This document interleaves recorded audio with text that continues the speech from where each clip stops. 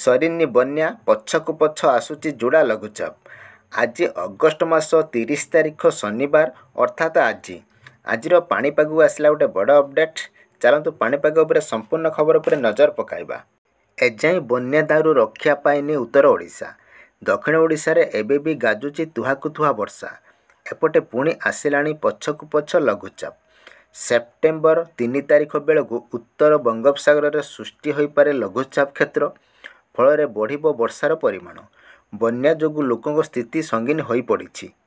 ତେବେ ବନ୍ୟା ଯୋଗୁଁ ଲୋକେ ଅସୁବିଧା ଭୋଗୁଥିବା ବେଳେ ପୁଣି ଏକ ଲଘୁଚାପ ଚିନ୍ତା ବଢ଼ାଇଛି। ଆସୁଛି ଆଉ 2ଟି ଲଘୁଚାପ। ସେପ୍ଟେମ୍ବର ପହିଲାରୁ ବର୍ଷା ପରିମାଣ ବଢ଼ିବ। ଆଗକୁ ପଛକୁ ପଛ 2ଟି ଲଘୁଚାପ ଆସୁଥିବା ବେଳେ ଗୋଟିଏ ସେପ୍ଟେମ୍ବର ପ୍ରଥମ ସପ୍ତାହରେ ଆଉ ଗୋଟିଏ ଦ୍ୱିତୀୟ ସପ୍ତାହରେ ରହିଛି। ସେହିଭଳି ପାଣିପାଗ ବିଭାଗ ପକ୍ଷରୁ ଆଗାମୀ 2 ସପ୍ତାହ ପାଇଁ ବିସ୍ତାରିତ ପାଣିପାଗର ପୂର୍ବାନୁମାନ ଜାରି ରହିଛି। ଆକଳନ ଅନୁସାରେ ସେପ୍ଟେମ୍ବର 3 ତାରିଖ ବେଳକୁ ଉତ୍ତର ବଙ୍ଗୋପସାଗରରେ ଏକ ଲଘୁଚାପ ସୃଷ୍ଟି ହୋଇପାରେ। ଏହା ଅଧିକ ଘନୀଭୂତ ହୋଇ 5ରେ ଅବପାତର ରୂପ ନେବାର ସମ୍ଭାବନା ଅଛି।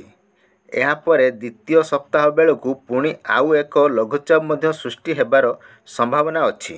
ଓଡ଼ିଶାରେ ଆସନ୍ତା ଅଗଷ୍ଟ 31ରୁ ସେପ୍ଟେମ୍ବର 3 ତାରିଖ ଭିତରେ ପ୍ରବଳ ବର୍ଷା ହୋଇପାରେ।